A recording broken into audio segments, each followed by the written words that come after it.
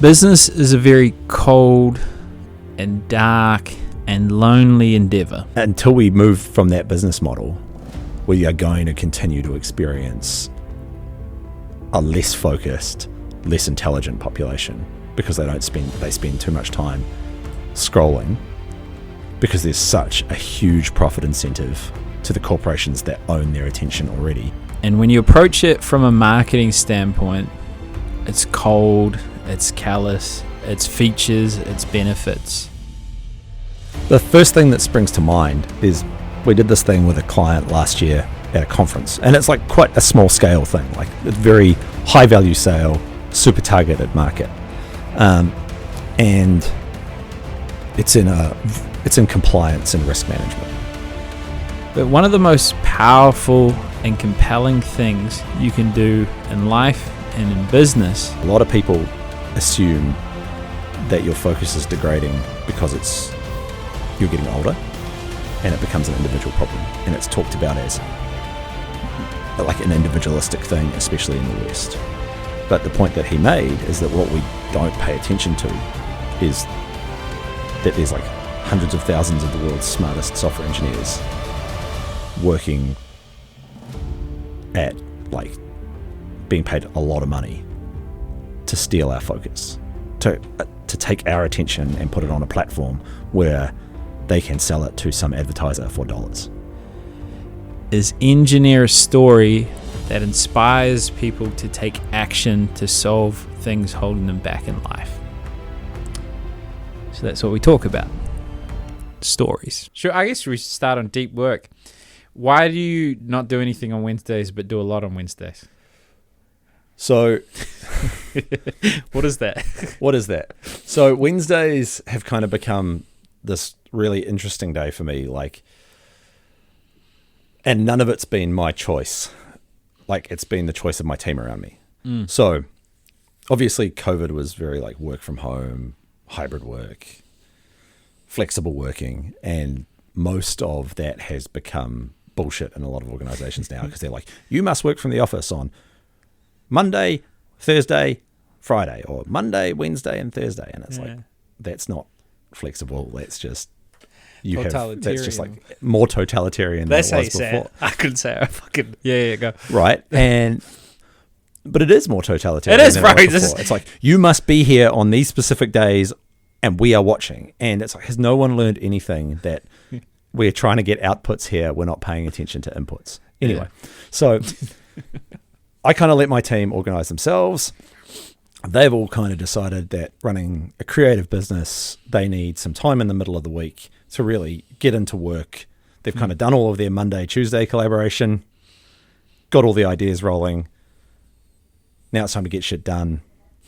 It's probably because I'm a real hard person to get shit done around, because I'm always running around like, brrr, you know, like, ideas, do this, let's change this, right? And it's Are you like visionary Elon Musk? Or like magpie shiny shit. Anyway, depends on, they might have a different opinion to me, but leave a comment if you're listening to it. Absolutely. What do you really feel? No consequence? They won't get fired? No consequence, but maybe go with the anonymous burner account. Yeah, they're good. Anyway, so they all decided to work from home on Wednesdays. And at first, I don't work from home on Wednesdays. I always work from the office. I hate working from home. I just don't like I like having delineation between work and my personal life. Yeah. And at first, I was like full of hate that everybody worked from home on Wednesdays. I never expressed this to them because I was like, we're being flexible. And I was like, but all my friends aren't here and I want to spend time talking to people because that's how I get energy. And I was like, I feel sad. Road rage? How'd you get it out of you? Just yelling at the wall while no one was around. But get a volleyball, call Wilson, put your hand on it. Well, I have this baseball bat that I bought on a trip to the US, and I just wandered around the office doing phone calls, swinging the baseball bat, kind of being as obnoxious as I could because no one could. No, I'm just kidding. I probably didn't do that, but I was just like, I don't want to do this. I want people to come in. That was kind of my reaction, and then I realized that it was actually a golden opportunity for me to also do some deep work. It was a golden opportunity for me to structure a day where I didn't need to be available for interruption. That I could go and say, let's get some focus done. You know, I could fill my morning with client meetings. I could fill my afternoon with, you know, whatever I needed to focus on to move the company forward. And so it kind of became this like,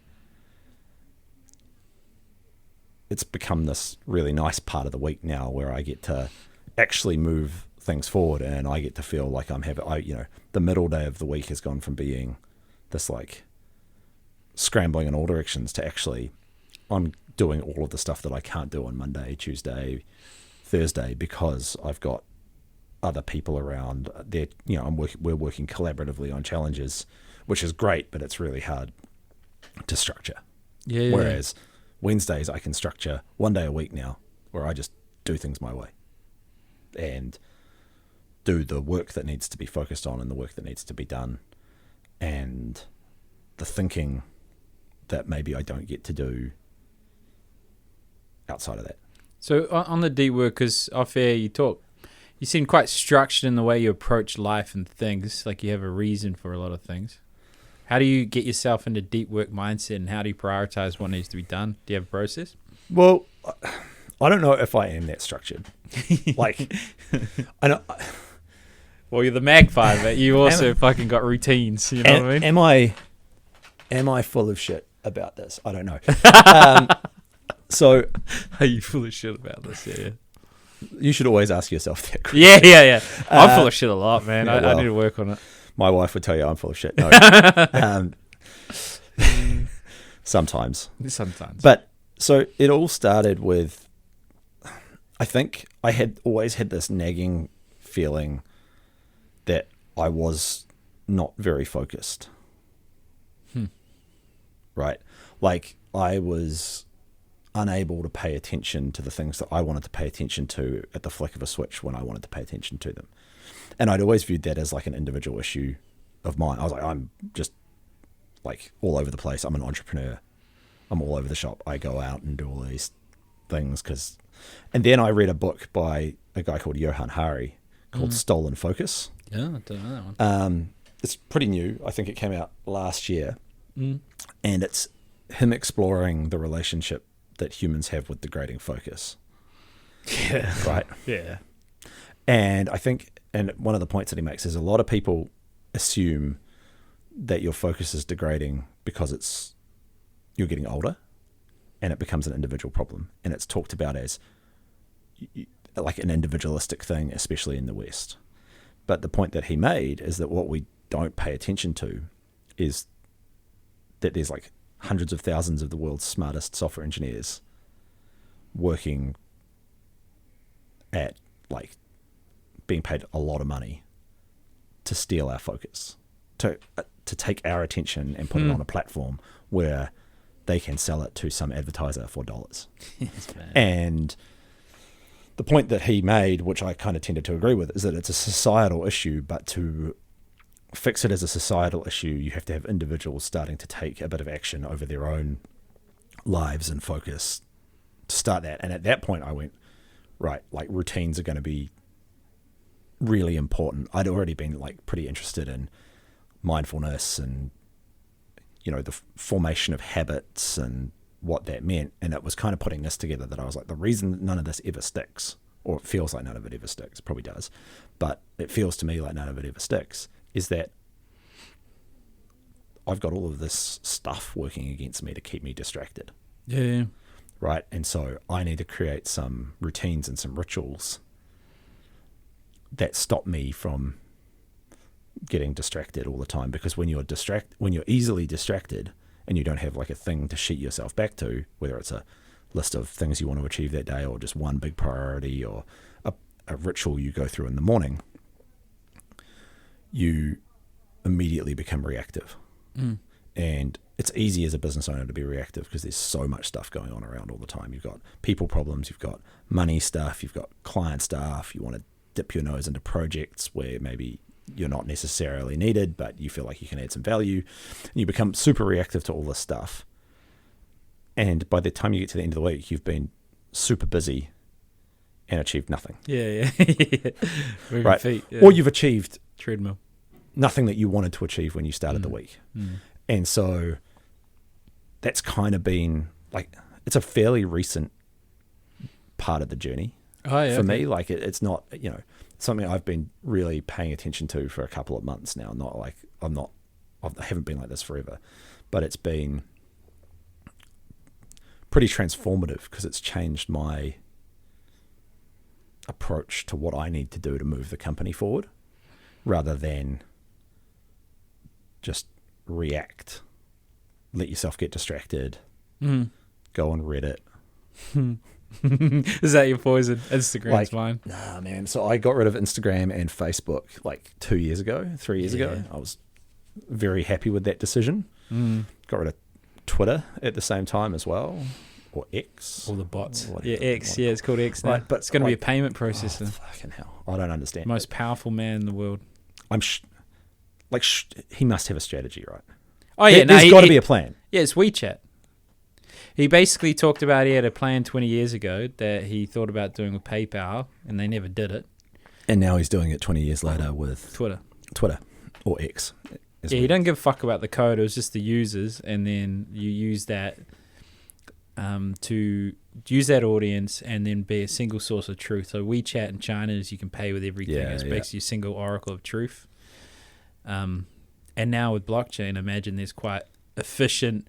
And part of the motivation as well is he wants to be able to create a system where if he's got a gun held to his head, can it still operate within the core values of what the company stands for? Yeah. So it's going to be It'll be interesting to see. He's going to wake up dead one day. Like you can't come after money like that, bro. Yeah, I know. That much power, especially in the United States of America. Ta-da! Yeah, personal chef drowned. You see that? Yeah. Barack Obama's personal chef drowned in a pond. What? I don't know many people that drown in ponds. I don't know many people with personal chefs. Yeah, you got to get out there, man. You got to stretch your perception of money. Yeah, right.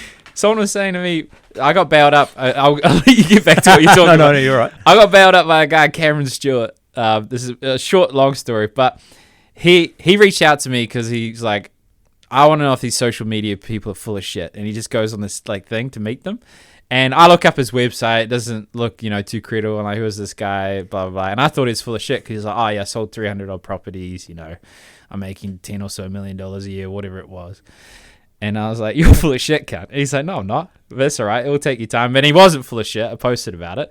And recently, he just reached out to me again to help. He's like, bro, something's going on with you. What the fuck's up? So he comes and has coffee with me. And he says, I asked him for help. I'm like, look, I need a stretch. I'm being a little bitch. He's like, all right, you got to make 30 grand in 4 weeks, which is more money than I've ever thought possible, which is my limited around money. And he's like, if you can't do that, you're not a businessman. Like, I did a deal with $600,000 the other day. And I'm just like, in my head, I'm like, I need to be around more people where that's just like. Oh, yeah, man. Like, I was on the trip where I read this book, I spent a couple of days in Singapore. Oh, yeah. And it was like the first time I'd been out of the New Zealand, Australia bubble for business since before COVID. Okay, interesting. And I was just like... So much money. Running around Singapore just like slapping myself in the face, being like, how the hell did you forget that all of this stuff was out here? How did you forget that the central key to the Southeast Asian market is the city? And look at all of this stuff. Look at all this money. Look at the way they do things. Look at just the levels of It's crazy. It's like exponentially different to what we have here. How do you stretch your mind? Like I was talking to someone that charged $2.5 million for websites and shit over a few years. I'm like, because it's not that much different. Like if you help someone for $1,000, it's just arguably it's more money, more effort. Because they have higher expectation, and then you charge someone, $200,000 or whatever, and then you get that. It's all numbers on the screen. Like you got to add value, you got to sell it, but it's your limiting perception of money that hampers that. Yeah, and I think I think it's a couple of things. It's the fear of people saying no, that's too much money, and not wanting to lose something because you've asked for more than you think something they would say yes to. What's the biggest number you've said to someone and they said yes? The biggest number I ever said to someone and they said yes was like 180 grand. Scary, yeah. And I was like, all right. I was like, Did you shake after? You're like, I was like, oh yeah, like there's value there, so it's all good, right? yeah. Like, Did you sell it to yourself? How do you believe it's worth 180,000? How did you get to there in your head? how did I believe it was worth 180,000? Because I believe in what we do. I believe in our team, our ability to execute. And when we costed up what we were looking to do, that's what it cost, right? And it's like, you know, it's probably worth more than 180 grand. Yeah. I just asked that because a lot of people fall short on that. Like if you just had a few clients that you charge a ridiculous amount of money to, you would provide better service. Totally right. And then, you know, but I think like often what we try and do here is we try and do a volume game in a pretty small market. Right. So it's like we're trying to build, you know, we try to build these like big businesses out of doing volume in New Zealand. Yeah. It's like we're not pack and save. You know, we're selling like high value knowledge services. It's not, you know, we can't do that for everybody in the country. No. No one wants, you know, we need to have a niche. We need to have a tight market.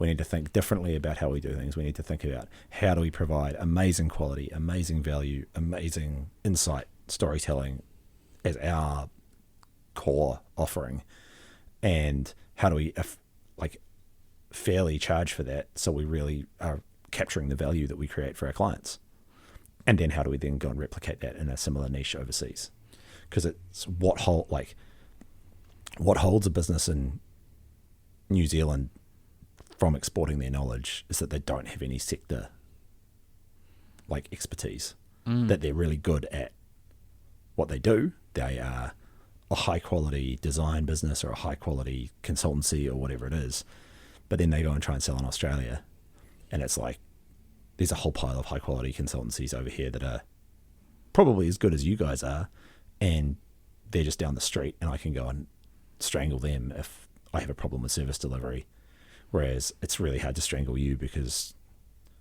I never want to go to New Zealand in my life because it's, you know, too small for me and my Sydney mindset, right? So how are you ever going to enter that market if you don't have some level of specialization that helps you stand out? Because there's a lot of businesses, they get in New Zealand, they try to go abroad and they fail. And how a lot of big corporates here in New Zealand get around that, putting my financial advisory hat on, is they pay dividends, they pay share profits, because they can't grow beyond a certain point. Yeah. Do you think that's because there's not enough of a market to be specialized in New Zealand, and they go off there and they're trying, and then they don't stand out, or what do you think leads to them failing, or maybe they're not failing, or? I mean, it depends on how you define failure, right, or success. Like paying a dividend, a listed company paying a dividend in the eyes of yield-focused shareholders is probably a pretty good thing. But if we think about it for the whole country, like if our big corporates are really like if they've saturated the New Zealand market to a point that they can pay dividends really reliably, and they're just going to like take cash from customers and put it back into the hands of the shareholder, who also happens to be the residential property owning class, then we're just going to see more inequality, less innovation, and we're going to get fatter and less competitive. And like the difference in our ability to create wealth as a nation is the margin we can make on our exports. And as we export food and beverages, it's getting smaller and smaller and smaller. And we need to be exporting the types of knowledge services that these companies create. And whether it's from inside those businesses or from spin outs that those businesses create from staff who are super innovative and talented and passionate and figure out a problem to solve, whatever it is, we need to be creating a world where we encourage New Zealand companies to do that. But the hard thing is that it's you know, like big fish, small pond. So you don't have to be focused. You don't have to be niche. But once you go overseas, you're really big pond. Suddenly you're a bit of a smaller fish.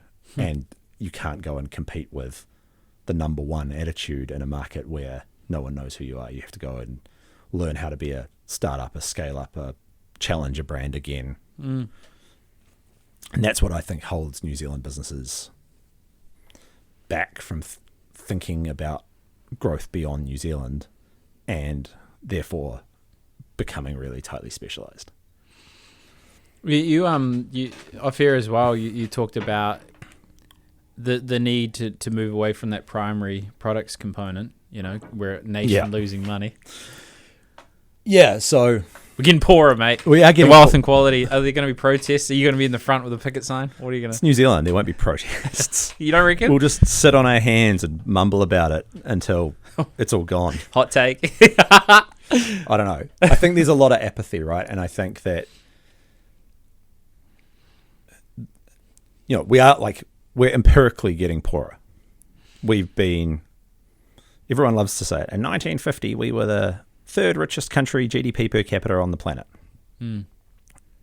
Right? Everybody who's passed us in the last 50 years, and it's like 26 countries, has either been an extraction economy, oil, lithium, that sort of stuff, or an innovation economy. There's no one who's suddenly worked out how to become the greatest, beat us at primary products, who's moved above us on the chart. Right? We're still one of the world's most efficient primary products producers. But if we want to grow as a nation, we need to be attracting people who want to earn lots of money, who want to do cool stuff. And when you're sliding down that GDP per capita chart, the inference is you're sliding down the income per person chart. And that doesn't make you an attractive place to live, right? So we have to figure out a way to stop relying on the export of primary products and start exporting innovation and knowledge, which is something we're actually pretty good at because we create really interesting ideas and really good companies here. But we don't have whatever it is, we don't have it. We haven't figured out how we turn that into our national obsession with growth overseas. And I would argue it's because we don't have a vision of where we want to go. Yeah. And there's a strong parallel between that and business, right? It's as micro as you want to go to an individual level of not having a personal vision of where you want your life to go, to a whole of nation level of not having a vision of where we want to end up and starting to execute towards that. You just end up reactive, spinning the wheels, no plan, right? You react to the problems that come up rather than trying to figure out how to take advantage of the challenges that you are faced with to further you towards the outcome you're seeking at the end. So let's say you're a mage, you're like a wizard, and you have the power to wave a magic wand, or you're the prime minister that's in a dictatorship and you can influence everything at once. How are you going to turn it around from us to stop going that poor direction and focus on that human capital, make us more like Singapore vibe, So... Are we too lazy? I don't think we're too lazy. I just think it's easy to be lazy when you have no direction. Okay, so right? you're big on that. If you wake vision. up on a Sunday morning and you've got nothing to do all day, go to the beach. Lie on the couch. Yeah, eat some food, get some steaks. You're going to eat some food. You're going to get pancakes. You're going to cook fry up some bacon that you've got in the fridge. You're going to... I don't eat breakfast anymore. Fucking ruins my life. You're going to get Uber Eats for lunch. You're going to maybe pizza. Have you heard of pizza bake? Pizza bake. It's like Scottish deep fried pizza. So pizza and then batter and then deep fried. Oh, yo. That's fucked, eh? That's nuts. I love food. I don't know if I want that though. That just sounds like pain. Do the Homer Simpson test when he's trying to pump out some pounds. You'd rub it, and on paper, if it goes clear, you gotta eat it. You gotta eat it. That's the episode where he became I think the I know moo-moo. the moo-moo and the thing that I like to wash myself with a rag on a stick. That was Bart. That's a different episode. That was. Can they see the future? Thoughts on Simpsons? Can they see the future? We'll come back to whatever we're talking about. Can they see the future? Oh, we're about to get into some stuff about the future of New Zealand, but let's talk about the Simpsons. Well, they predict. Have you seen the prediction thing I'm talking about? If only they could have done this about New Zealand. Yeah, well, they're going to get poorer. That's my prediction. They're going to get poorer. Based on what you said. I know nothing about But can they predict the future? Simpsons. No. I don't think they can. Why they write so often? Because they made so much content? Because they've made so much content.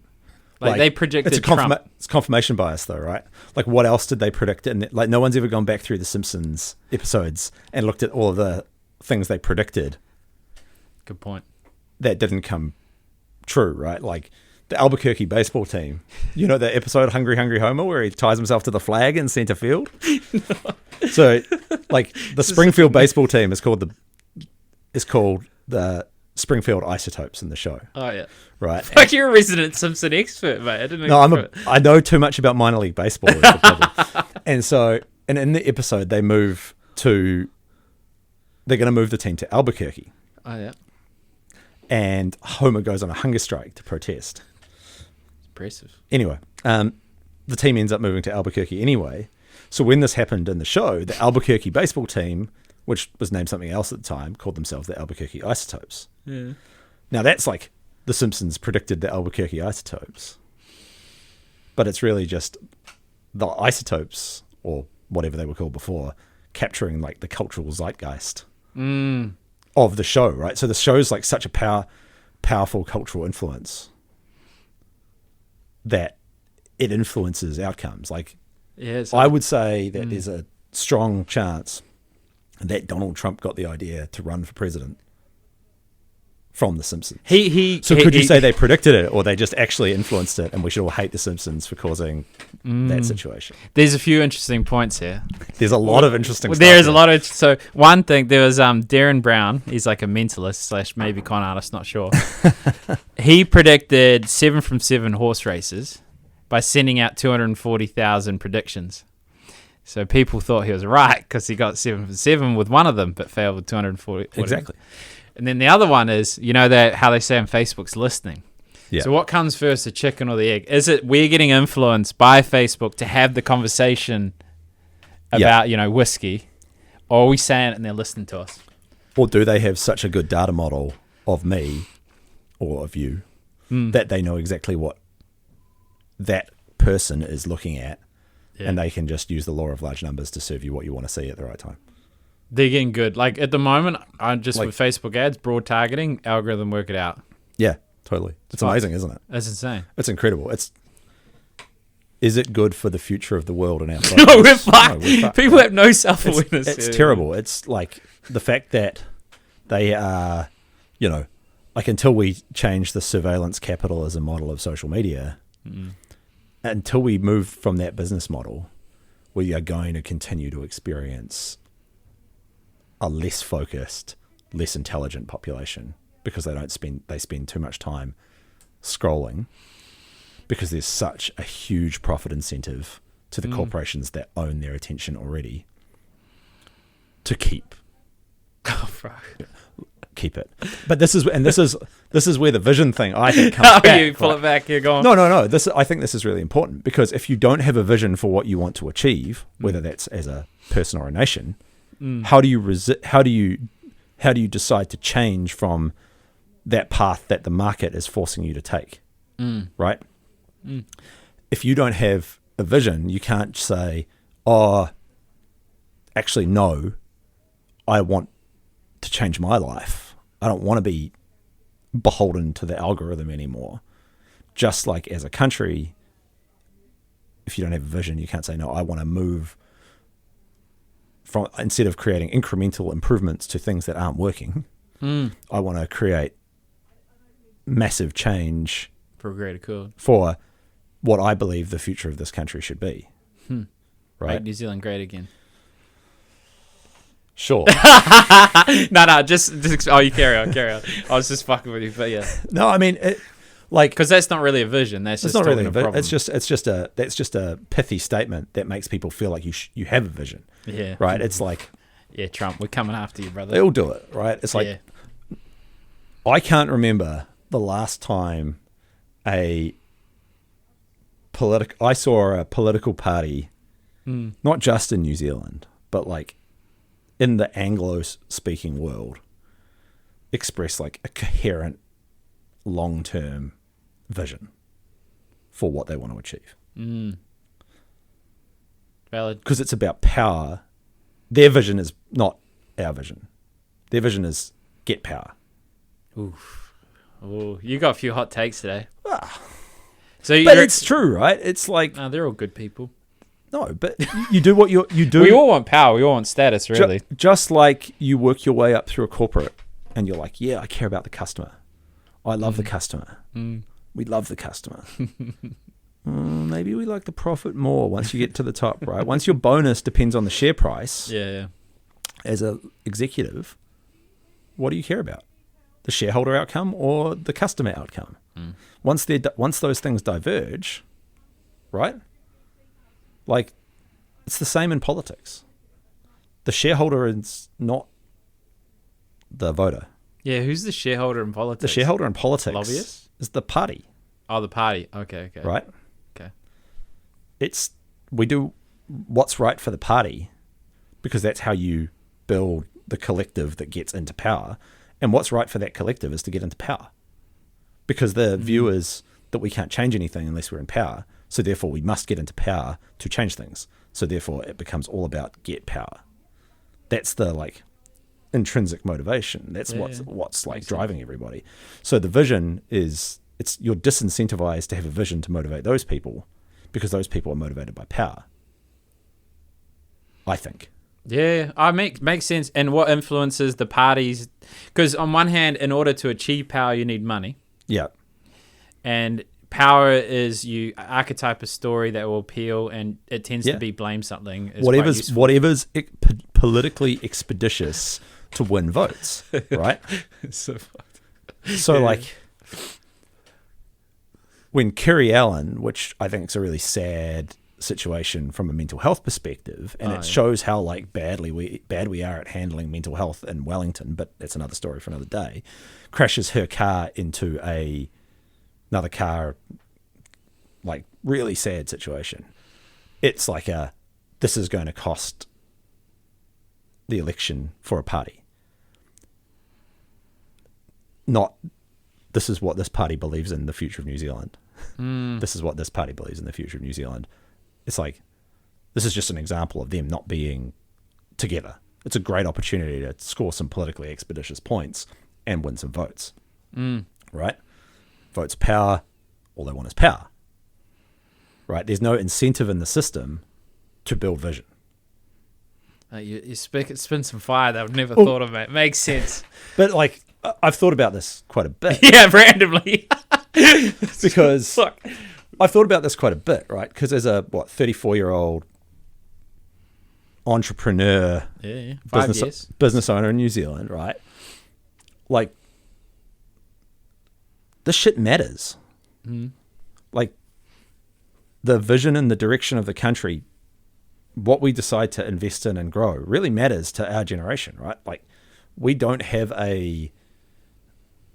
had an easy route into a like world-class, tax-efficient, income-generating, capital-gainsing asset on the most part. Yeah. No. Like, sure, some of us have, some people have been able to do it through either hard work or parental help, right? But the system is like structured against younger people generating wealth from housing. Yeah. Because that wealth's already been generated. Yeah, no, it's gone. Right? So the response has to be from our generation is like, how do we lift incomes? How do we lift our wealth as a nation? Because if we don't, we'll be selling less stuff for cheaper to a country that's getting poorer on a global scale. We'll be losing talent offshore. So instead of being able to deliver that amazing service in New Zealand, the lifestyle premium that we do have here will disappear. Because it'll be like, sure, I might take a 25% wage cut to live in Auckland over Sydney because I really love the lifestyle. But if I'm working in a job that doesn't interest me, not doing innovative stuff, there's a lot of people out there trying to do this. Yeah. But it's hard when you don't have like a general societal motivation to do it. Man, yeah, you're hitting some real pain points there. I mean, and then you also think of the decreasing birth rate and the aging population as well, and then people having a max exodus. And Right. COVID didn't help, people, Right. we took a strong approach. It upset a few people. COVID didn't help, Lifestyles but and- everybody had to deal with it, right? It's not like it was a New Zealand problem. No, I mean a lot of the feeling I've seen, at least in comments and talking to people, has been, I don't want to live here anymore. I'm going to Mexico because this government's, too controlling and yada, yada, yada. That is a component, not as much a component as, hey, I can't afford to live here in the way that I want to live here. But frustration, often I think is pointed at a government being controlling or doing the right, it's not the politicians. Okay, go on. It's a failure to respond to global macroeconomic trends over a period of 30 years that has left us playing policy catch up and not being able to do it because we have this 3-year term and we have two super inspiring blokes called Chris who are both playing not to lose rather than playing to win, which means that we're playing to lose. They're playing not to lose as a nation, which is the best way to lose. So how do we fix it? If you could. If I could fix it. Would you change procedural things, systems things? Because you thought about it a lot. But, I have no interest. So,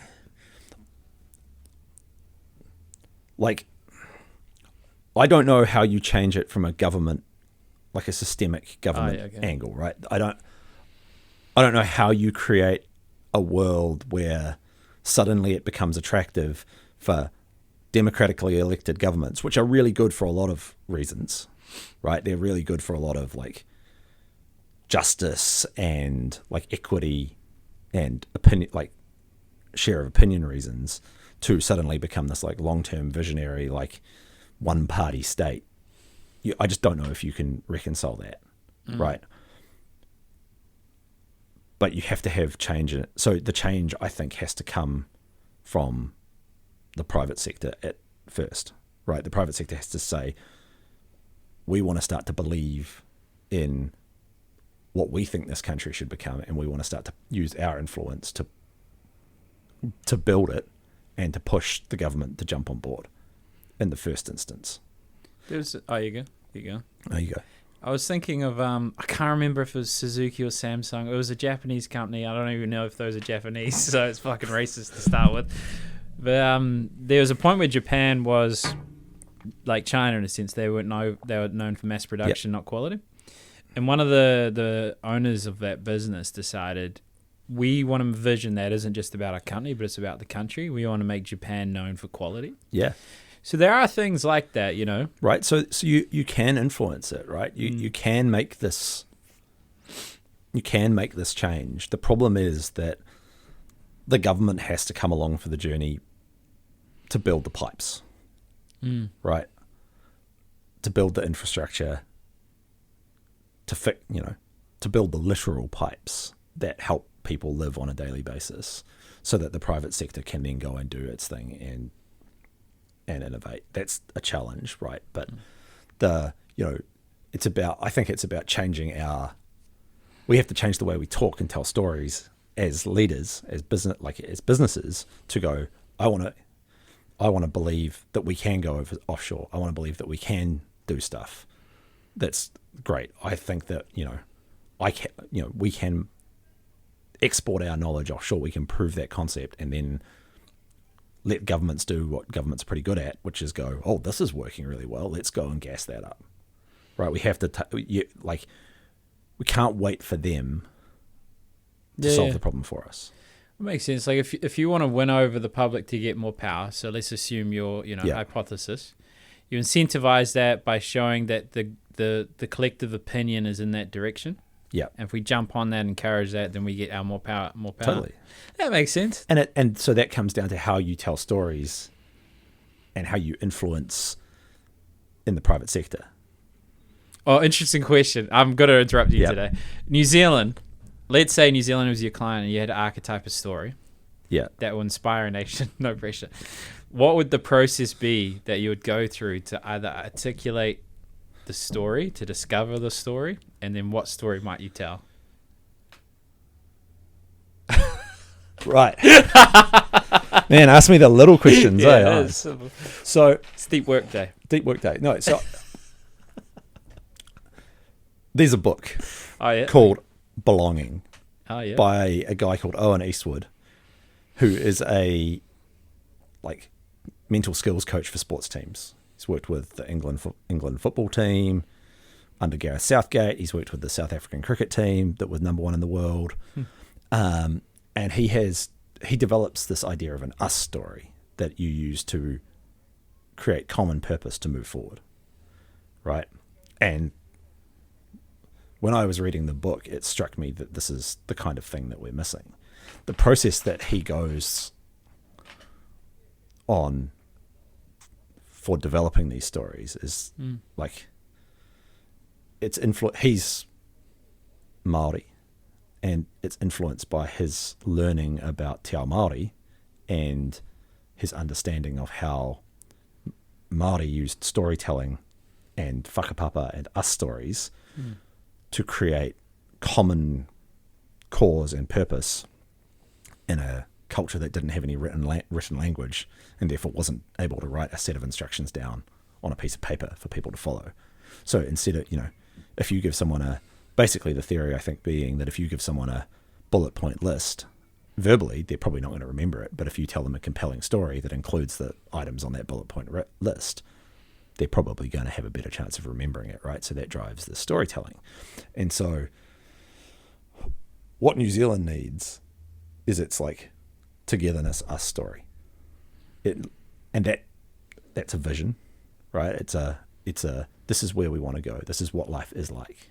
This is why we have the right to this, because it came from our ancestors, not just Māori ancestors, but our, the initial, immigrants to New Zealand, who were generally not the, fat, high luxury London people. They were from Scotland, they were from Wales, they were from Ireland. Mm-hmm. They came because they believed that they could make a better life here. They, the Irish, the Scottish, the Welsh are all fantastic the Northern English are all fantastic storytelling cultures, right? We have, the Pacific culture, Māori culture, that's an amazing storytelling culture, right? To convince people to move to the arse end of the world, you have to tell a pretty compelling story, right? And so that's, for me, where we need to take the New Zealand story. It's not about like, look at our beautiful green trees and our beautiful wine and stuff, because we can't compete with that. We've got poorer over the last 50 years trying to compete with that. We need to say, actually, we have this compelling ability to tell stories and to deliver those stories in innovative ways. And that's our national competitive advantage. That's what we're all here to do. We're all here to use that to drive New Zealand's economic growth. You did well there, brother. You got my vote. That was interesting. Belonging. But I don't know if I just don't know if that's a thing that a political party could achieve. Yeah, I mean, it's culture driven. It's so culture driven, right? It's totally driven with the values and the culture that we have. And when you see, like, you can choose to see like issues in society as either driven by like cultural fracture or by, people being shit people.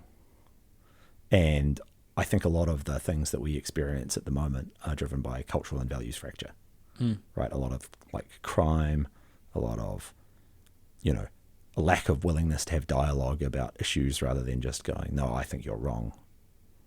Binary 1-0 world, right?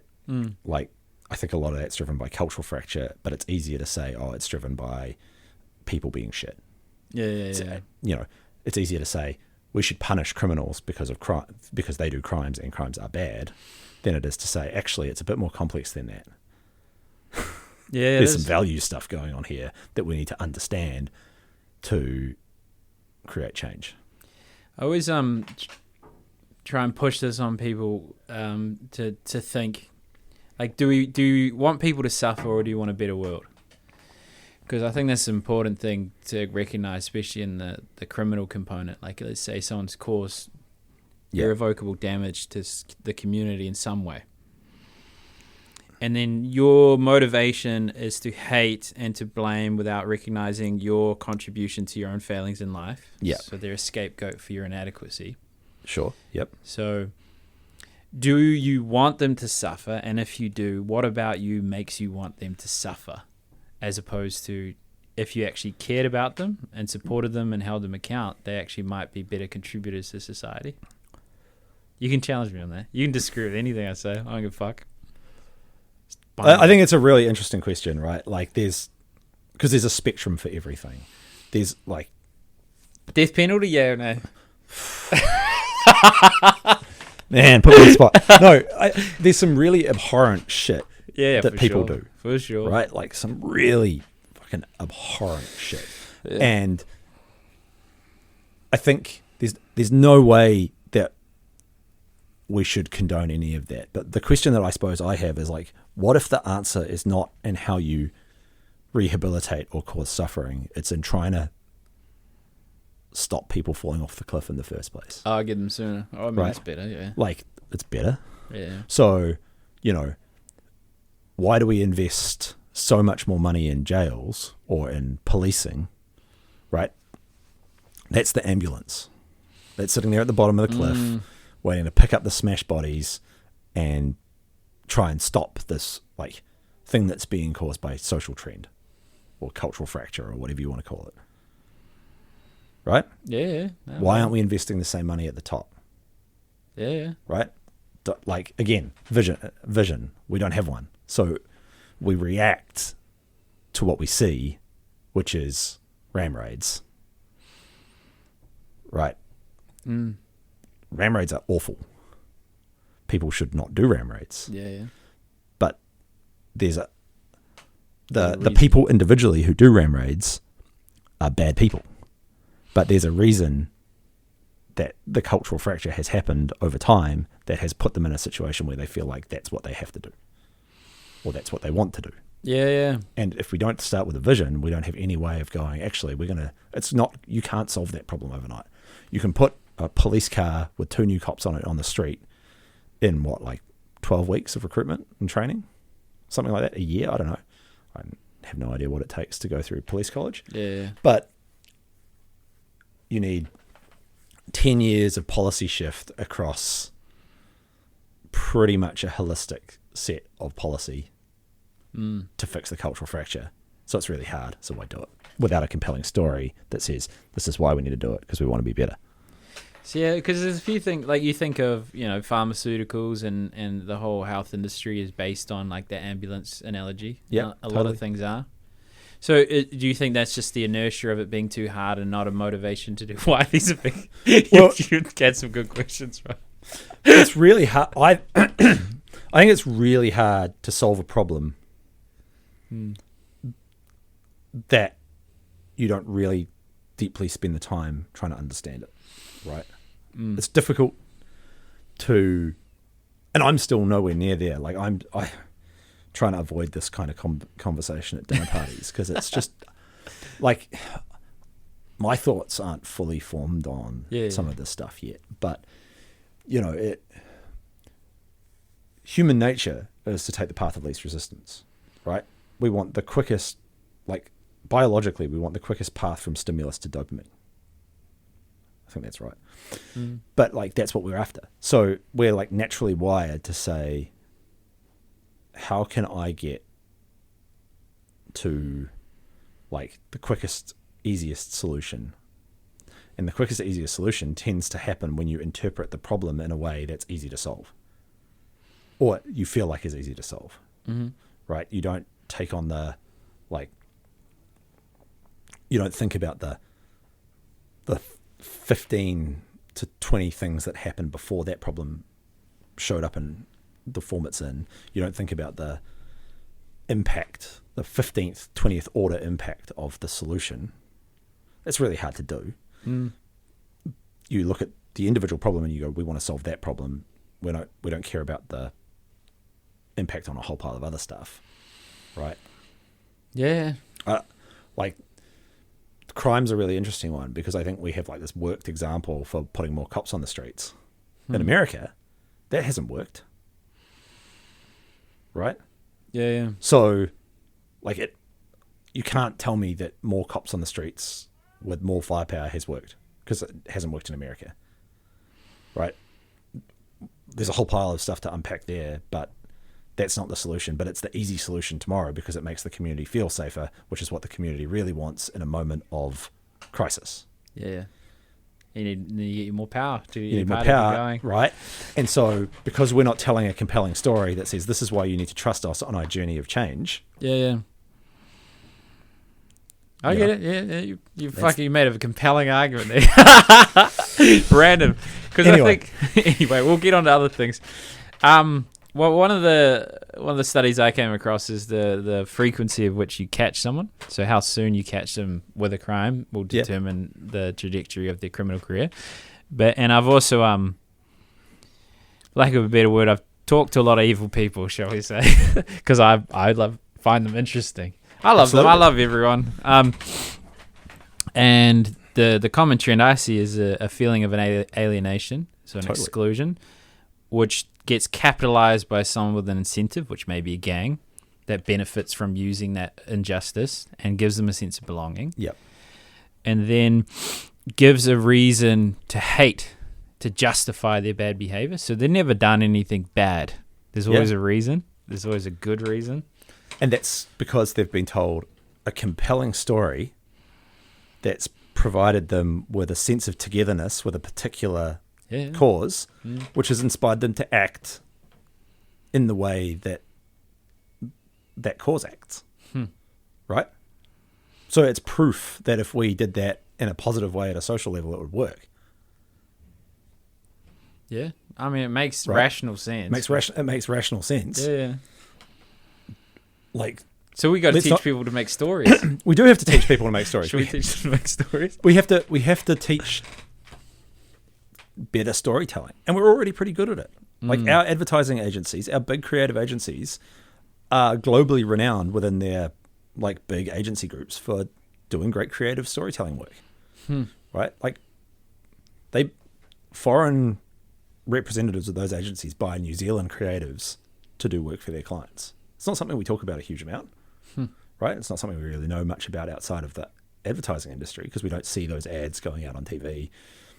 But we're already really good at it. People want to come and make movies in this part of the world. We're already really good at it. You know, we're great at, when we let ourselves be, solving technology problems and telling great stories about them. We think innovatively. Yeah. But like there's just this disconnect because we don't have a vision, right? So we don't have that.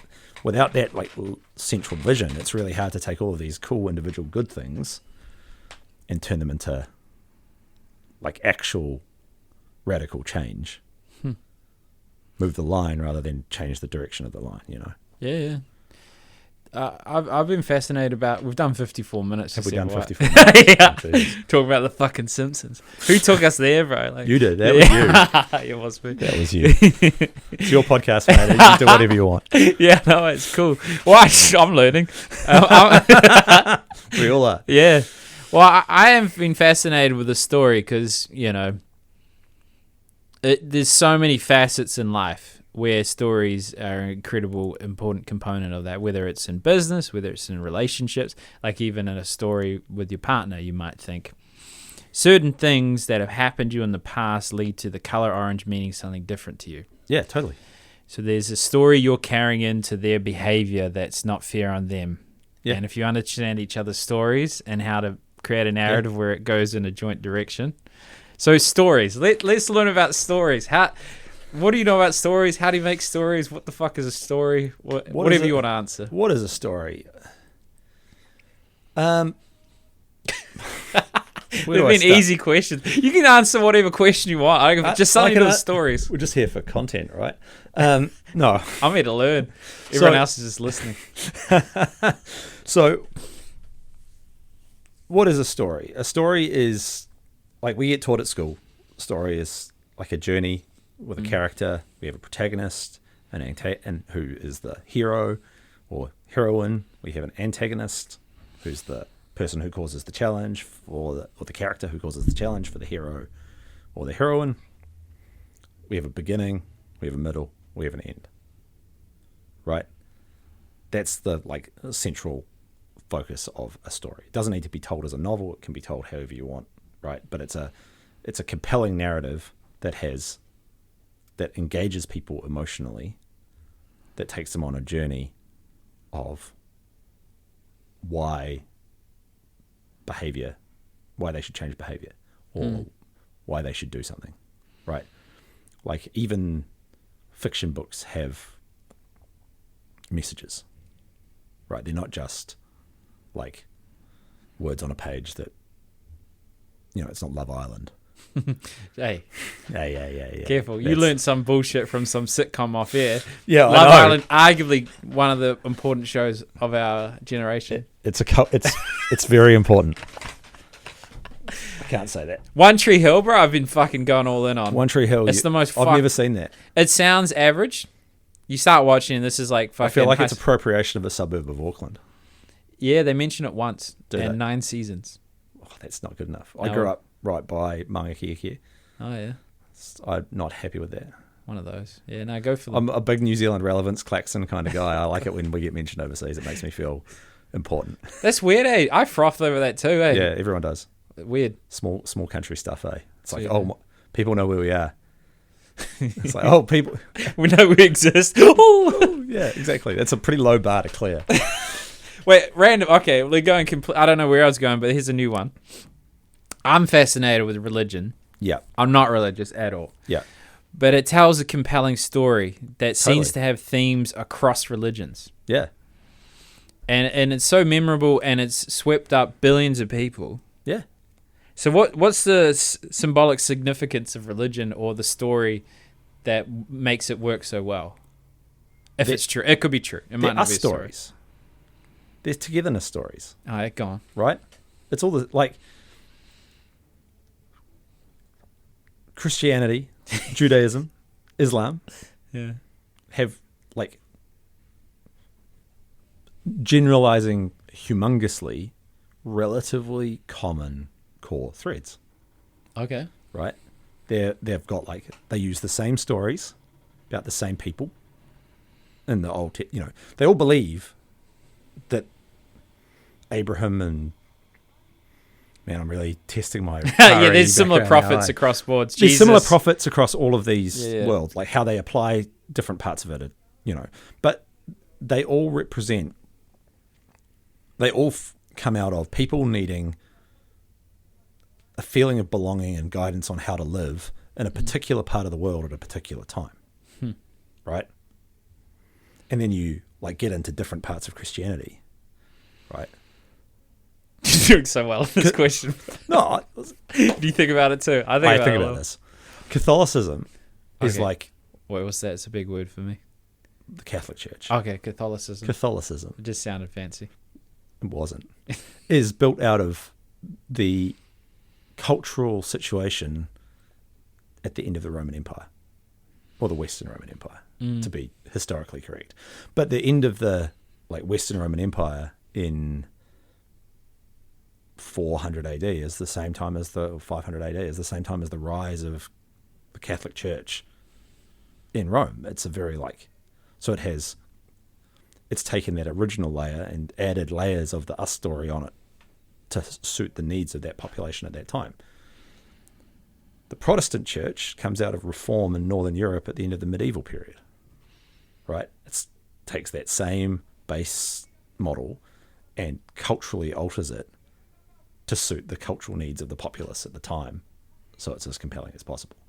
They're all just us stories, right? Well, yeah, okay. All right. That's my take. Yeah, no, it's a great You take. know, Islam's the same. Judaism is similar. It probably has had less alteration over time. It's the oldest of the three of them. There's different iterations of Hindu beliefs. There's Hinduism, there's Sikhism. They all come out of these us stories that then get adapted to fit the belonging needs of populations at periods of time. That's kind of my central theory, right? It's the power of religion is evidence of the power of storytelling. If you can get people to agree with your story and to start to follow you on your journey, you can achieve a lot of shit. Yeah. Which is a marketing lesson as much as it is a human behavioral theory lesson. Yeah. Well, there's I finally got the word marketing in. Yeah, you see, we were talking about marketing this whole time. Yeah, exactly. Right? I think so. Well, there's something you actually did well the whole podcast, which was comes from Russell Brunson. Whereas you're not trying to sell your service, your features. Yeah. You're trying to sell one core thing and break one core belief. And the core belief that you've broken in this podcast is that stories matter. Stories do matter. That's what we are as people. We're storytellers, we're story consumers. Go back to the 10,000 years ago, sitting around a campfire, needing to figure out what you're going to do the next day. Where are the wildebeest or whatever going to be? Where do you find the grains that you're about to domesticate and end up with a nuclear bomb in 10,000 years' time? How do you communicate that knowledge without writing?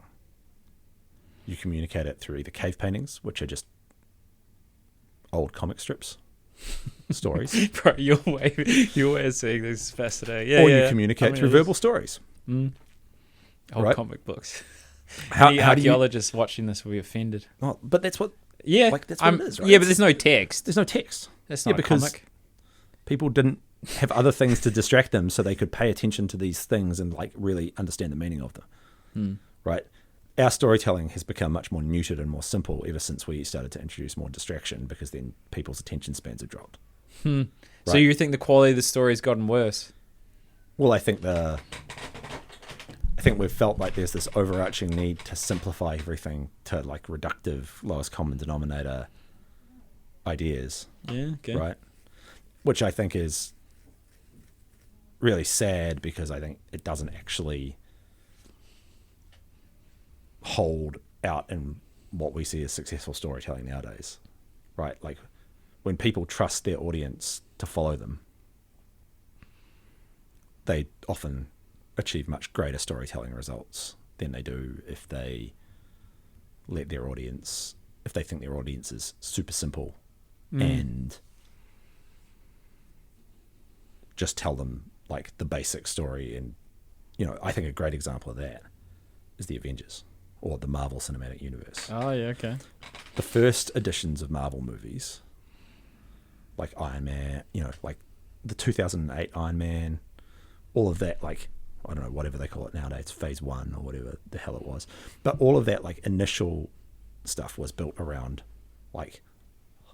giving source material to leading storytellers in Hollywood and saying, go tell these stories, make them compelling. And then they've changed it to now we need to churn out X dollars of ticket sales every year. We need a plan.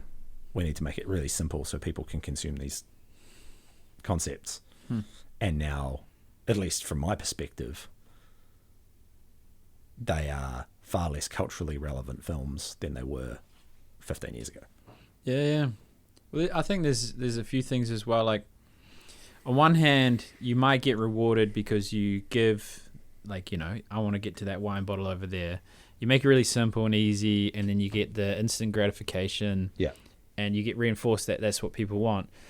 But when you actually unpack beautiful stories there, they don't tell you what to believe. They give you the opportunity to discover it. Absolutely. It's about taking people on a journey of self-discovery, right? If someone believes that they have come to an insight themselves, they're far more likely to take action on that insight than they are if you just go, this is the right way to do things, do it like that.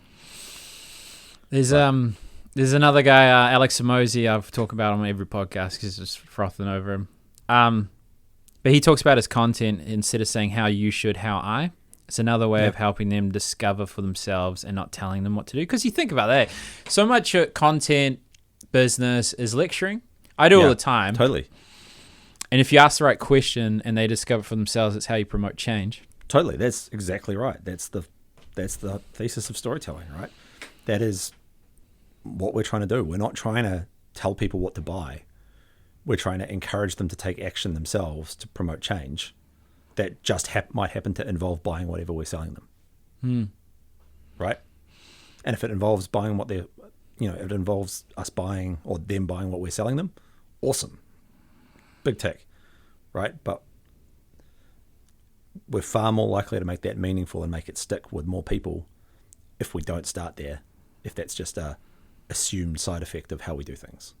Yeah. And a lot of like the bigger brands in the B2C world are quite good at this, right?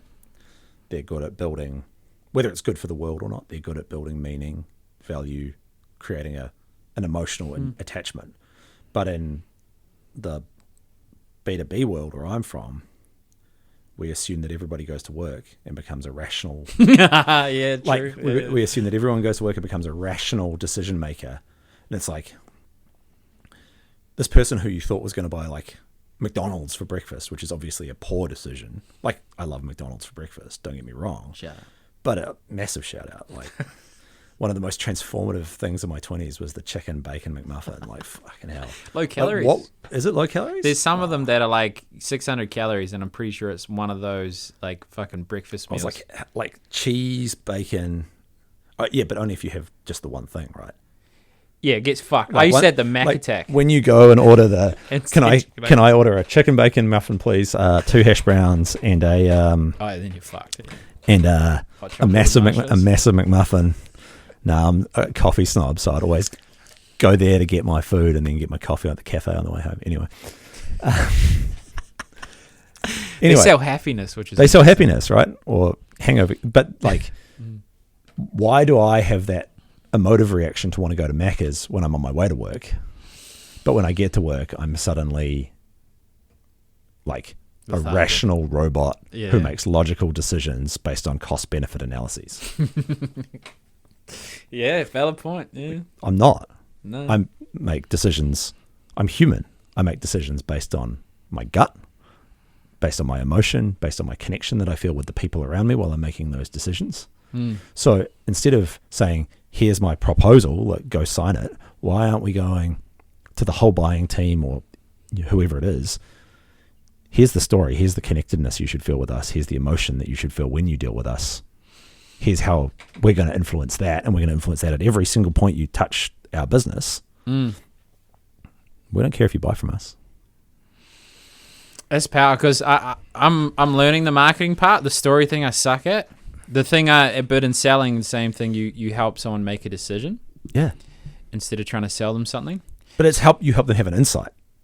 Yeah. Right? Yeah. It's the same thing we were just talking about. Yeah. You lead them to a point where they have their own insight, where they go, oh yeah. It's hard. It takes a lot more effort takes a lot more like cognitive effort at your end to figure out how you're going to approach someone like that than it does to just go like, please buy from me. Yeah. Or buy from me now.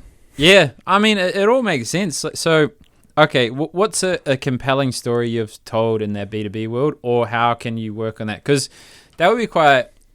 I'm thinking while you're talking, being like, how could I archetype a story that's genuine to who I am and will be an experience they have? Yeah, right. So the first thing that springs to mind is we did this thing with a client last year at a conference, and it's like quite a small scale thing, like a very high value sale, super targeted market. And it's in compliance and risk management. Okay. Like the most boring shit in the history of boring shit. Yeah. Right. And so we sat down and went, how do we flip the narrative? So instead of using a device to tell people what benefits they'll get, or do you have this challenge, let's just engage them based on how they feel. Right. And the story that we came up with is that when they are dealing with governance, compliance, and risk, they feel like they're spinning a roulette wheel if they haven't organized their software and systems properly, right? They're not in control. They feel like they're spinning a roulette wheel every time. They're gambling. So let's create a roulette wheel that they can spin so they can talk about how they feel about this with our account managers who are there, rather than trying to get people interested in a demo of some software that's just some mouse moving around clicking buttons on a screen. And when you put a big roulette wheel, or those like spinning wheels that they have on TV, when you put one of those in a conference room and people come up and spin it to get a number, and you play roulette, you attract a lot of attention, and then people come over and talk to you about their feelings about this, not about. Suddenly, you're not selling to them; you're connecting with them about about their emotions, which is what storytelling does, right? Connects with emotion, and you're no longer selling, and people are like, I don't know if you've ever experienced like a trade show for B2B. Oh no, sales. I used to sell everywhere, bro. Yeah, I've been on those. Yeah. So you know how like you got the conference rooms, and then you've got like the exhibition hall, the exhibition hall, and you've got the food in the middle of the exhibition hall, and you've got all of the vendors with their stands around it, and the vendor, all the people come out for lunch, and the vendors and their sales reps all buttoned up, ready to go, like, come on lads, this is time to get some leads, and everyone kind of grabs their lunch, and they like stand like a flock of terrified sheep as close to the buffet table as possible, because they fucking know that as soon as someone goes, like as soon as someone falls off, a sales rep's going to be like, can I get your attention? I want to sell you some stuff. Can you scan your conference pass? And none of them want that, right? None of them want that experience. The buyer hates it.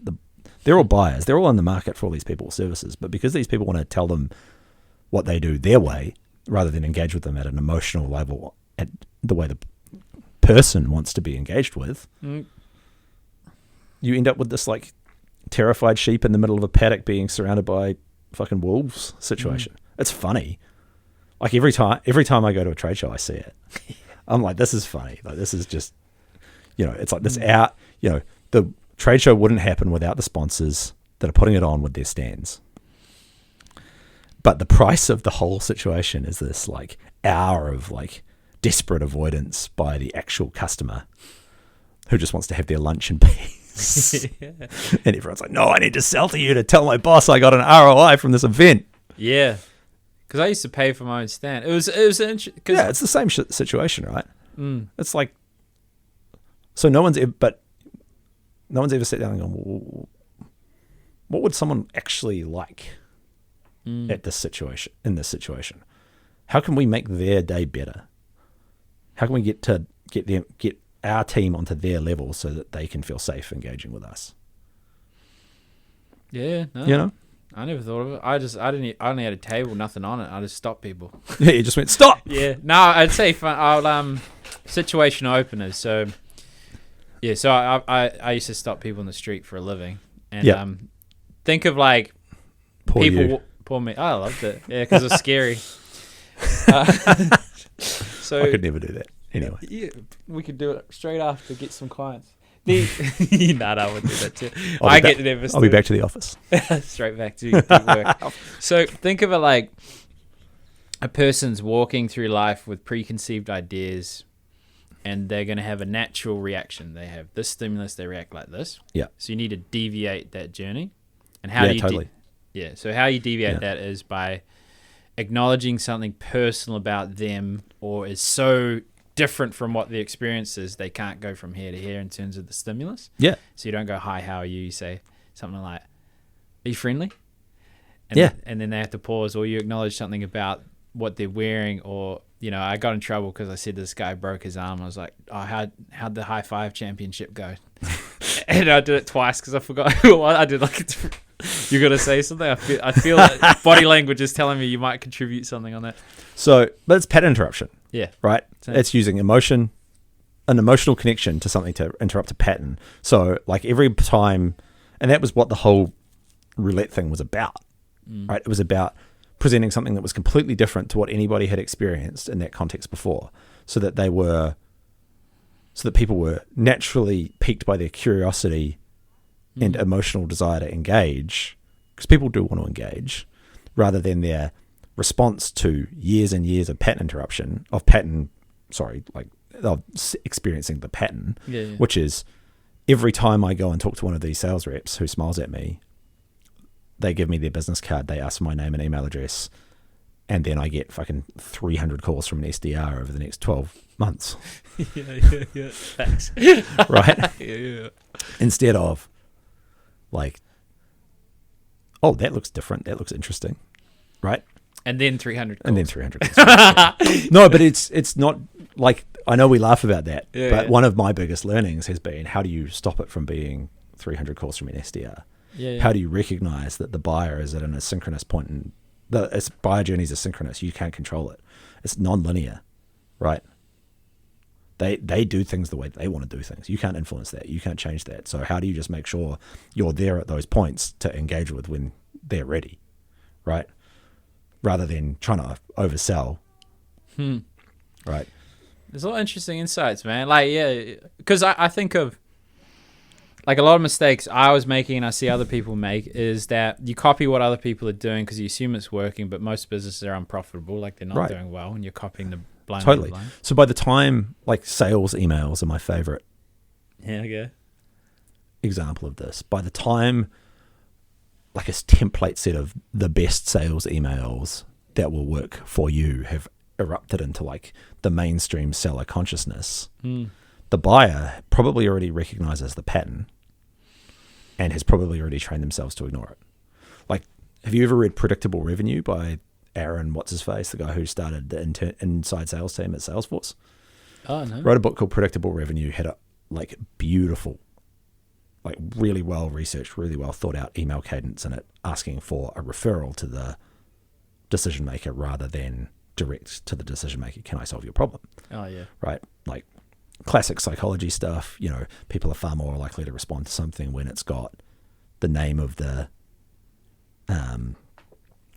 decision maker or the person who's referred them in it, someone they know, familiarity, all that sort of stuff. It's an easy win because, like, I'll never call you again if you refer me to this person, kind of thing. So we wrote a whole book about how they grew Salesforce to like $100 million of inside sales ARR just using this one cool trick. So people started reading it, and then people started copying the templates. And now if someone gets an email that says, who's the right person to talk to about X, they don't even fucking open it. They just delete it because they know exactly what's coming because it's a template that's been modified, right? And that's where, you know, I get sales have to do stuff like that because they have to meet their number and they have to do this stuff. But as a marketer, that's where our job needs to change. It's not like, how do we do the best practice thing that someone's done before? How do we find examples of what's worked? It's how do we find new ideas to challenge patterns, to pattern interrupt people so they're going to engage with us on a completely different level to what they're used to. You know, I see marketing as good sales and sales as good marketing. So I actually would agree that, well, I disagree and say that sales should be exactly what you described. Yeah. A variation from the norm, be better than the last is what I say. Totally. What does everyone else do and do it differently? Like, yeah, I mean, sales is a subset. I think the other thing that we often get confused about is terminology as well, right? So, like, sales is part of marketing. Advertising is part of marketing. Product's part of marketing. Like, marketing is a big catch-all term at, like, a top level, right? And then we often tend to think of it as just kind of the promotion part of the mix when we talk about it at a business level. That's not a hugely interesting insight. It's just kind of like, I think it gets confusing for people when the nomenclature always shifts around from marketing to sales to advertising to all this sort of stuff, right? But yeah, you're totally right. It's like, because it's all good storytelling. It's all good building connections with people, getting them to pay attention to your message, doing it from a place where you believe that them paying attention to your message will be a good thing for them, right? You know? Yeah. I think the main, as I'm just learning marketing, sales has done a long time.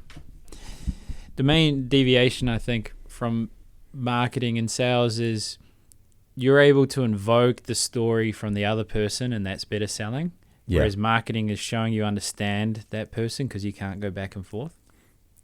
Yeah, Totally, but I Or think you can disagree. Just well, disagree. I No, kind- don't, no I but. ki- You know what I mean? I kind of disagree Go on. with you here because I think that represents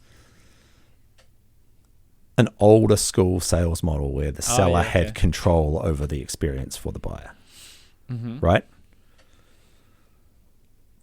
Now, sellers have much less control over the experience for the buyer. Like, look at financial advice, right? Like, I started my career working, my dad's a financial advisor. I started working my career working in the financial advice industry. Oh, yeah. And Poor bugger. God, yeah, right. It's boring. That's why I'm leaving. Go back 30 years and all of the information was with the seller. The information about the products, the information about how to buy them, the access to buying them, all of that sort of stuff was 100% owned by the seller. Nowadays, between the information that people share on the internet, between the access to products, applications online, quotes online, all of that sort of jazz, the buyer doesn't need you anymore to do the actual transaction.